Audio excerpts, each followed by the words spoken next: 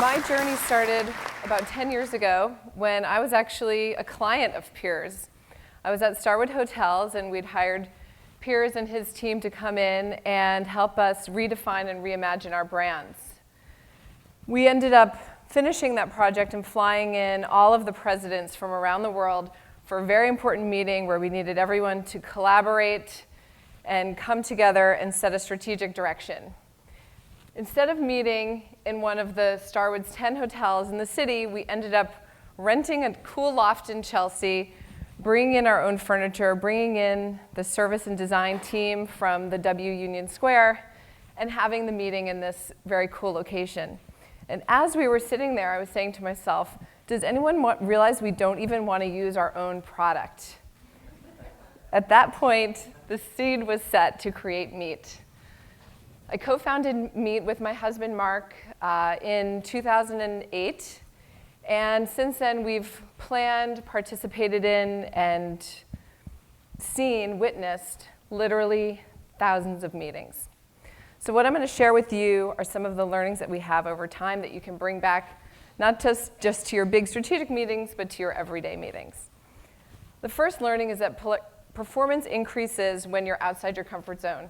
This is especially true for New Yorkers. New Yorkers have seen it all. We're very jaded. We are always skeptical that something could be interesting or cool. There's something about being pushed outside your comfort zone and maybe sitting on a big piece of toast that makes you feel good. I know this morning when everyone was doing yoga and dancing, you knew this wasn't going to be your typical conference, and that's what we'd like to do when people come in for meetings. As an example, we've filled Meet with a lot of contemporary urban art.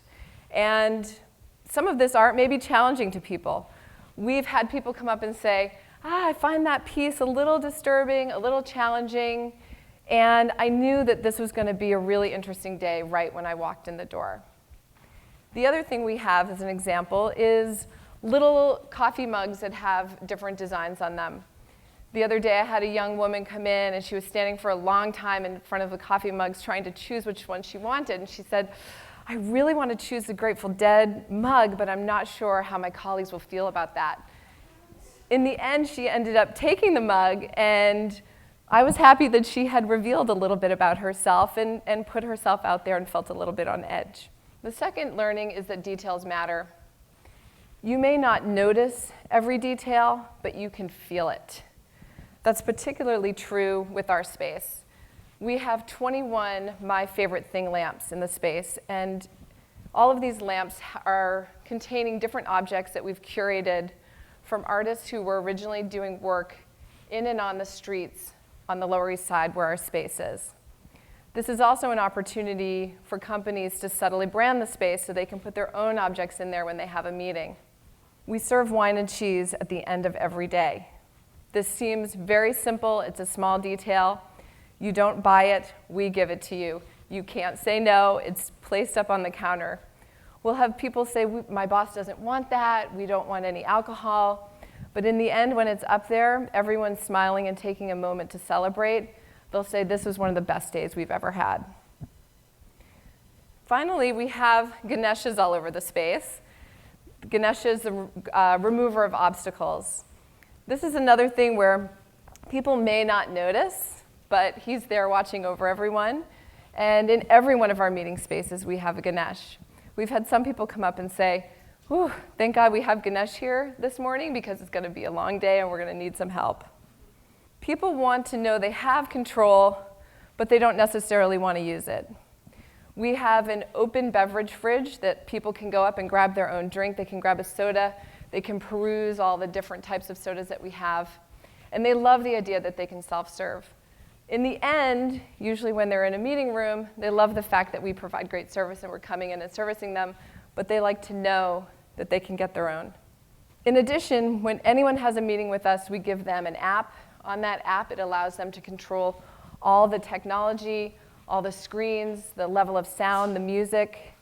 Again, people love the idea that they know they can control everything, even though if in the end, we end up doing it for them. People want to constantly learn. I think everyone wakes up every day wanting to learn something new. You want to be able to go out for a drink at night and tell everyone about something new that you experienced, or you want to share it on social media. As I said, we have a lot of contemporary urban art in the space.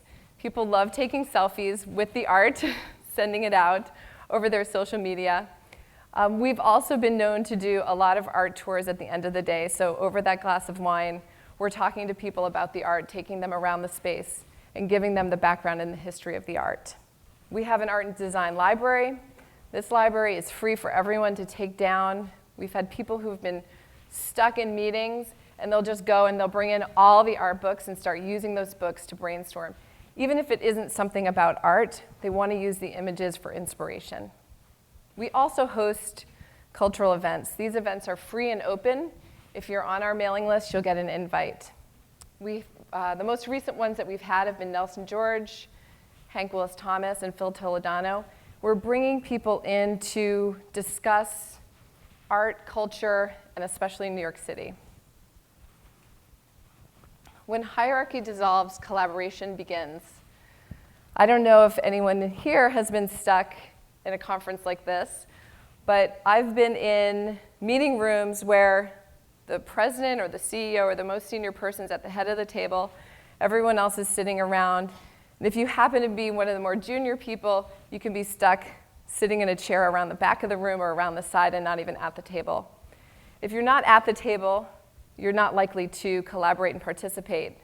And if you're sitting at the table, you're most likely to defer to who's ever at the head of that table. And that's why we believe in people sitting in couches, putting their feet up on coffee tables, taking a minute to relax, and breaking down those barriers, those physical barriers that prevent collaboration. We also have some fun interactive elements, like this Wayne White mask, which sometimes people have been known to put on, and having fun interactive things in the space that aren't childish. They can be mature, like a piece of art, but it breaks down those barriers and allows people to collaborate better. Finally, New Yorkers want to be connected to the local environment. They care about neighborhoods. We're on the Lower East Side. We live near the neighborhood. We live in Soho, where offices are in NoHo, and our meeting space is on the Lower East Side. We walk to work. We want to be a participant and knowledgeable of the food, the bars, the music, everything that's happening in our neighborhood. So on Christie Street, where our space is, we have access to a lot of amazing little galleries. We're right across the street from this wonderful park that has the Chinatown Soccer Club. And we also tap into the local food. We have Newman's Catering right downstairs, and we also order in from Sweet Greens. So for us, when people come to us, we want to help them access all of the interesting parts of the neighborhood. We have groups come in, and they'll pop out for an art tour, or they'll pop out for an inspiration tour to find out what people are doing on the Lower East Side. So I hope you all get a chance to come down and see our space. Thank you.